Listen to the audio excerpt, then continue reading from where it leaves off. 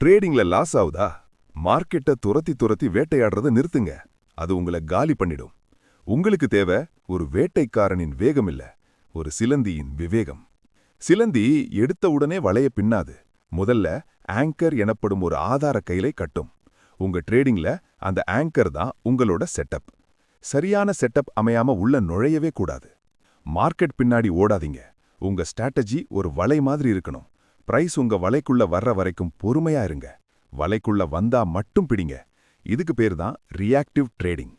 ஒரு புத்திசாலி ட்ரேடர் 80% நேரம் அமைதியா இருப்பார். அந்த அமைதிதான் பலம். நெத்தியில பட்டையை ஏட்டுக்கிட்டு தியானம் பண்ற மாதிரி. உங்களுக்கான என்ட்ரி வர்ற வரைக்கும் தவம் இருங்க. அவசரப்பட்டு ஓவர் ட்ரேடிங் பண்றவன் மாதிரி வலையில சிக்கிடுவான். சிஸ்டம் படி பண்றவன் சிலந்தி மாதிரி லாபத்தை பிடிச்சிடுவான். நீங்க இல்ல சிலந்தியா? உங்க ட்ரேடிங் ஸ்டைல் என்ன? கமெண்ட்ல சொல்லுங்க. சிலந்தியா மாறி ஜெயிக்க இப்போதே ஃபாலோ பண்ணுங்க.